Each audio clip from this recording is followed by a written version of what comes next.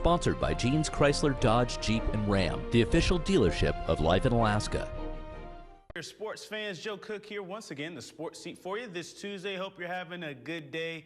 And to make it better, let's talk some sports. In high school basketball this weekend, there was a non-conference battle between the West Valley Wolfpack and Hutchinson Hawks. The Wolfpack used some pressure defense, and after the first quarter, they held a 20-11 lead. That defense forced 29 turnovers, and their tenacious rebounding was a factor as West Valley grabbed 25 offensive boards.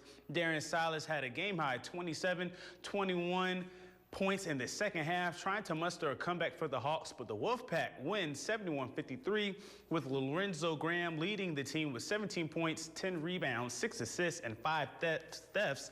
That's the stat line. Jake Carson added 10 points and 6 boards.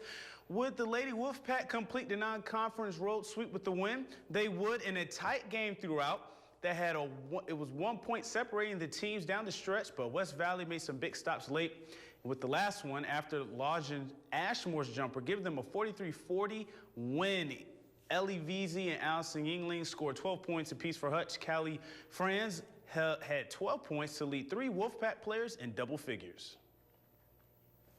And I was just really proud of our kids stepping up and playing some tough defense when it counted, especially, and moving the ball on offense and trusting each other on offense was a big plus today. So if we're going to keep building on that and keep working from there, and I sense good things down the road for us.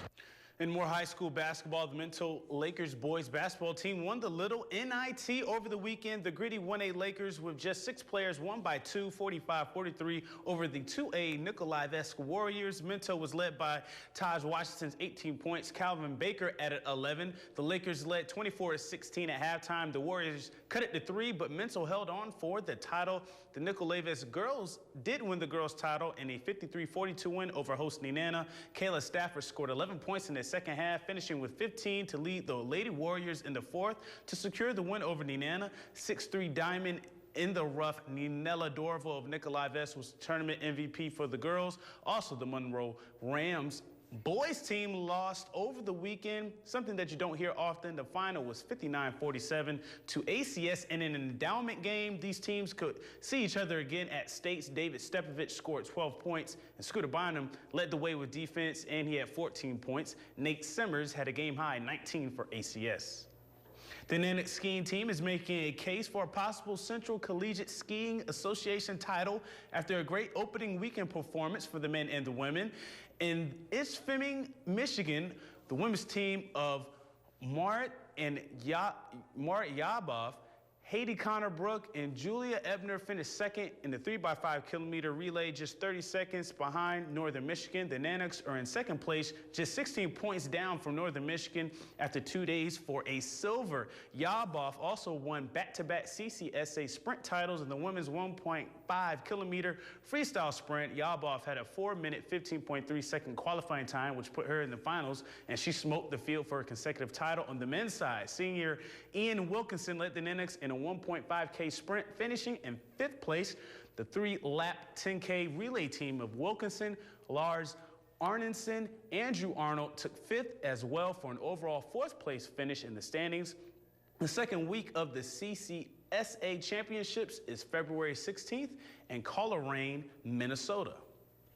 Now it's time for today's Yukon Quest report. At about 3:30 today, Hugh Neff, the defending champ, was first to make it to the Dawson City checkpoint. Neff has a chance to win over $6,000 in gold for getting to Dawson first, winning the Dawson City Award. Now Neff just has to win. Lance Mackey has been struggling in this year's quest. Mackey is 9th and has dropped 5 dogs, leaving him with just 9, the smallest team in the race so far.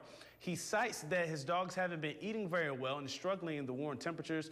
For the leaderboard, Hugh Neff is followed closely by Alan Moore. Moore is trailed by Jake Berkowitz, Brent Sace, and rookie Scott Smith for the top 5. Ed Abramson was the first scratch for this year's race, not continuing on to CarMax is what he decided to do, and has not been released as to why he was scratched. The Yukon 300 finished in stellar fashion with Michelle Phillips winning by just 8 seconds over Allie Zirkle from Whitehorse to Pelly Crossing. Phillips won the $1,350 purse. And finally tonight, we announced the KTVF Pro Football Challenge Grand Prize winner, And now the winner of the Pro Football Challenge Super Prize Pack is Steve Zananzo of North Pole. Mr. Zananzo wins a loaded prize pack, including some KTF gear and pizza for a year from Papa John's. Mr. Zananzo works for Latham High School as the district-wide activities coordinator, so all that pizza, hey, it may come in handy. We'll have some more contests coming soon where you too can be a winner. Just keep watching Channel 11. And that'll do it for sports tonight. Thanks for rocking with me for a little while. For more KTVS sports, go to Twitter, YouTube, WebCenter11.com, and of course, our mobile app. Stay cool, Alaska. Mike Schultz has your full weather forecast coming up next. We'll catch you next time.